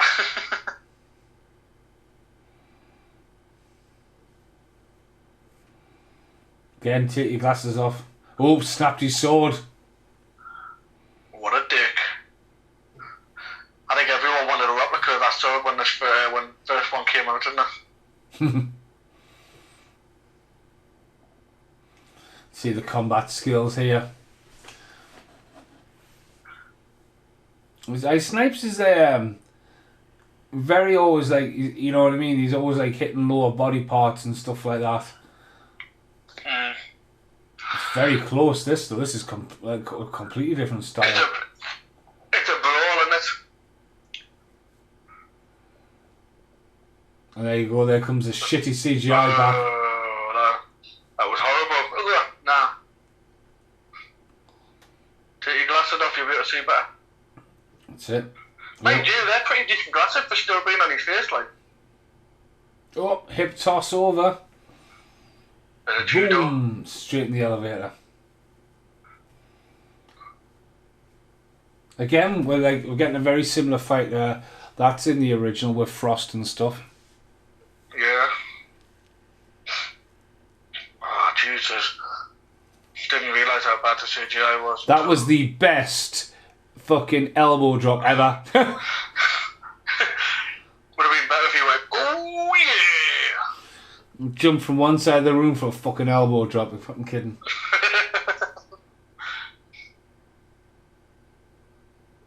Oh. I thought he was going for a suplex, but no, he's going for a bear hug. Nah. You will lose why they got Triple H in the third one. It seemed to be a lot of heavy wrestling kind of homages here. Oh, that's brutal. I mean, what happened there? He just didn't even behind him. I mean, that super punch.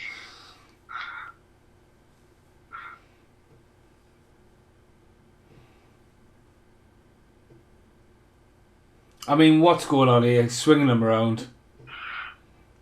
Oh dear.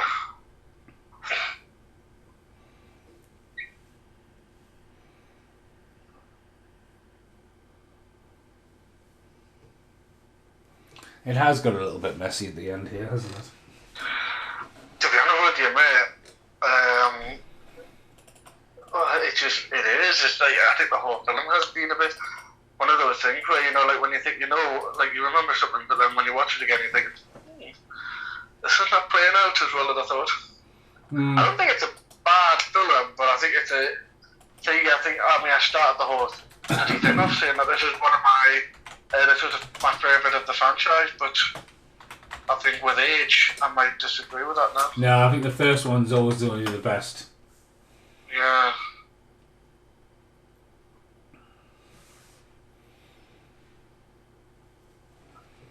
And there you go. Heartbroken at the end.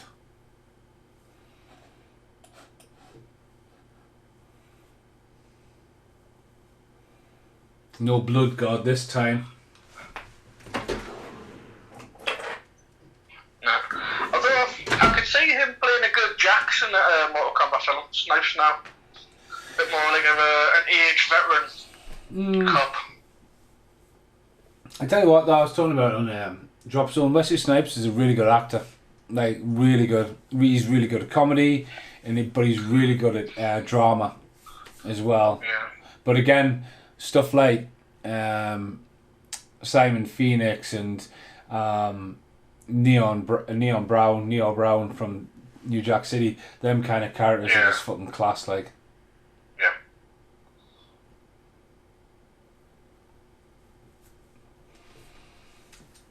I would say you could take 20 minutes out of this movie.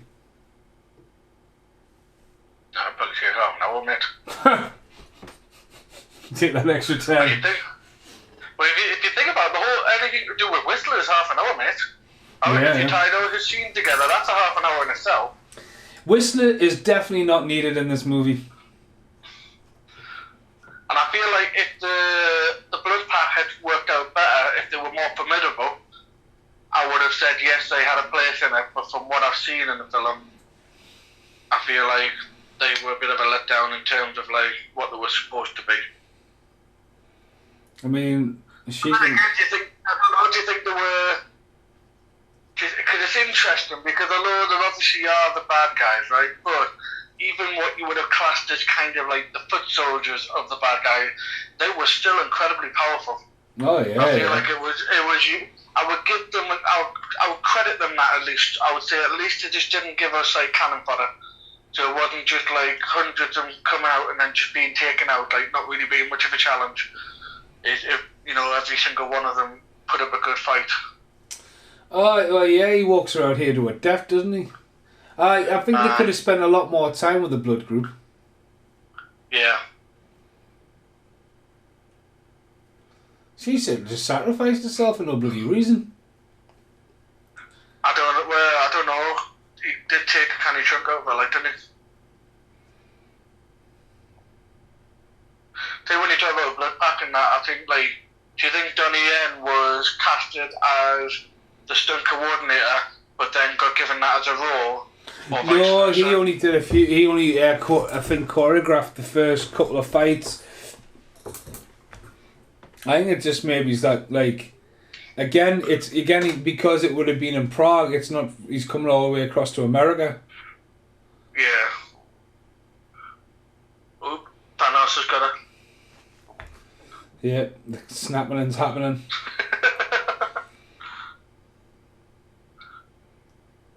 I mean, no. I don't feel weird that though. I don't think they had that much of a relationship then to be that like emotionally invested. Not really. And then fade to black. And then we're in. Shot there though. Now we're in London though. We're in the good old UK. Naked City. Oh, there's an old tenor for you. Fucking hell.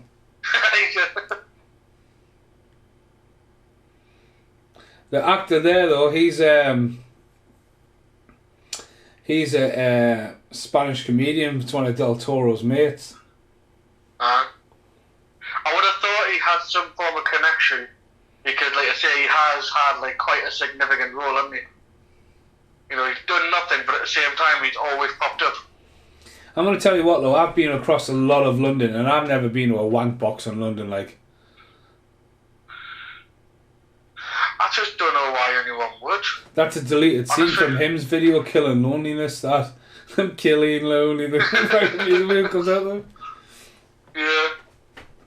So the red font hits for the fucking end credits. That has been a longer podcast than I expected, mind. Yeah. I forgot. Yeah, I did feel like I kind of. been good. Stan Lee, executive producer. Yeah, well, he has to be, hasn't he? So part of Marvel. No, I just feel like it's kind of, I feel like it's been long enough that I knew bits of it, but I forgot a lot of it. Unfortunately, though, I feel like now that I've watched it again, I thought that's not nearly as strong as I thought I'd remembered it being. I feel like everything about the film's great, just poorly executed. Oh yeah, I mean, if you're gonna do, I don't know, Paul Ray's not here to do his Ray rates. If you were going to do Whistlers, I would literally give it. I would. To be honest, I'm going to say a 3. I'm like, to be honest with you, coming away from that, I don't think the CGI's. It's not that the fact that the CGI's not aged well, but there was better CGI at the time, especially for the budget. So I think it borrows way too much from Aliens, the franchise, on that.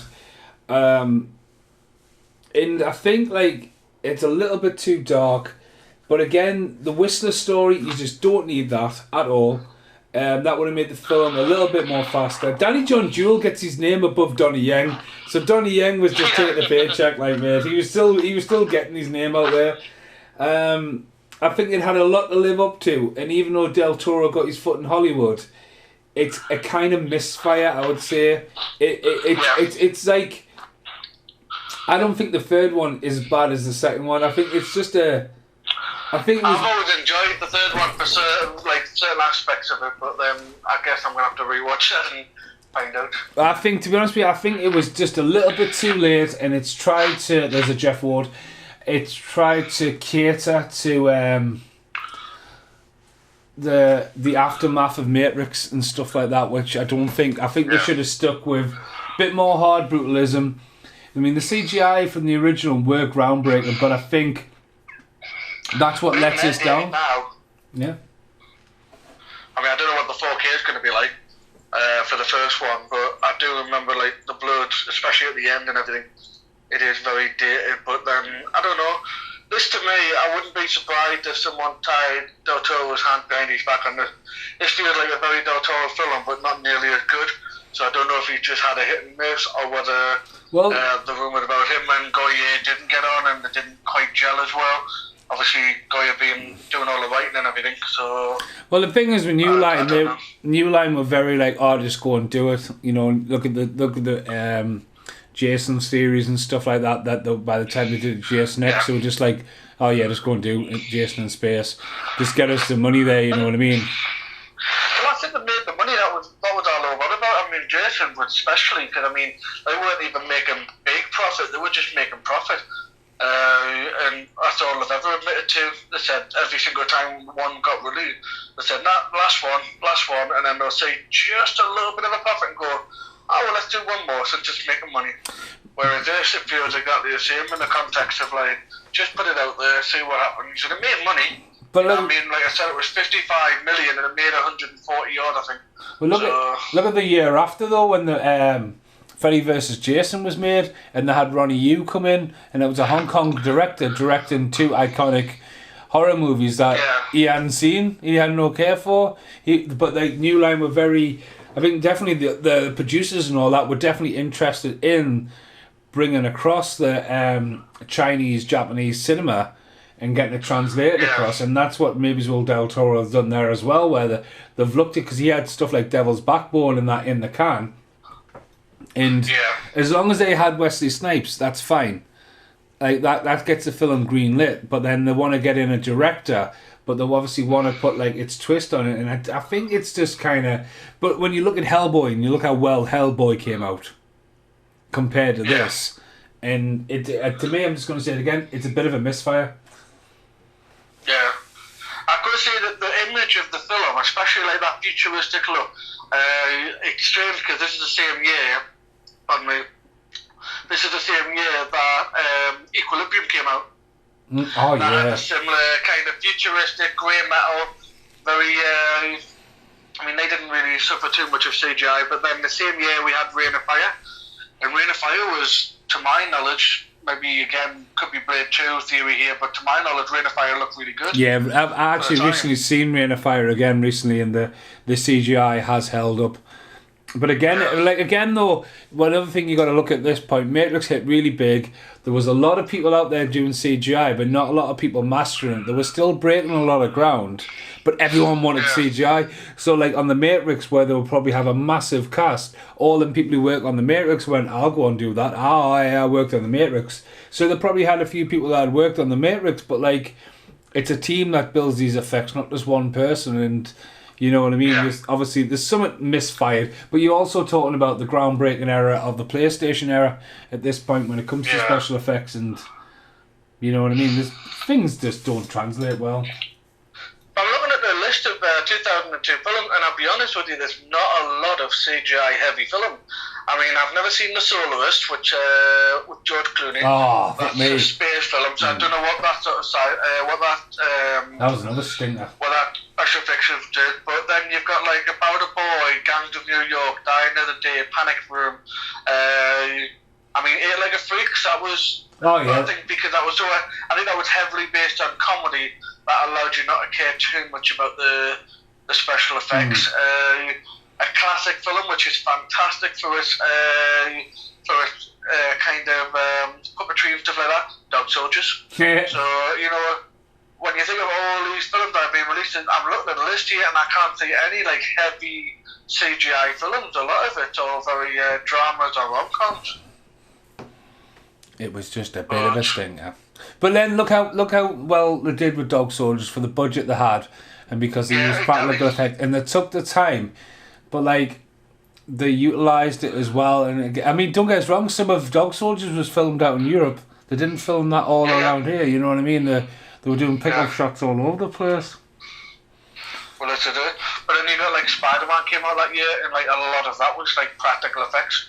You know, that film could have easily gone down the same route as Blade there and done a lot of CGI. But you know, again, just proves that your practical effects will always outweigh. Well, I think you're right, Anthony. I was gonna say, because of my expectations being a little higher when we first started, I won't go 3 whistlers, but I would definitely go 4. Mm-hmm. It definitely wasn't good from memory's sake, but at the same time, it's still got elements of what I enjoyed. The actual world building. I would, if someone turned around tomorrow and said, right, we're going to do another Blade film, nothing to do with anything else other than picking up from the second one, I'd be optimistic. I think the world itself had a lot of promise. It just needed a bit more meat behind it, a little bit more skill. Yeah. But better story, less mushy, less CGI, that shit. Right, this is the very end. We'll have to cut Carl off in case Carl goes on a massive ranging tangent like the previous Blade podcast. We will be back next week with the one and only Paul Ray for the Die Hard Christmas special. It is a fucking Christmas movie. But for now, I haven't seen Monty Mason along with Mr. Lubo Carl. Thanks for listening. Goodbye for now.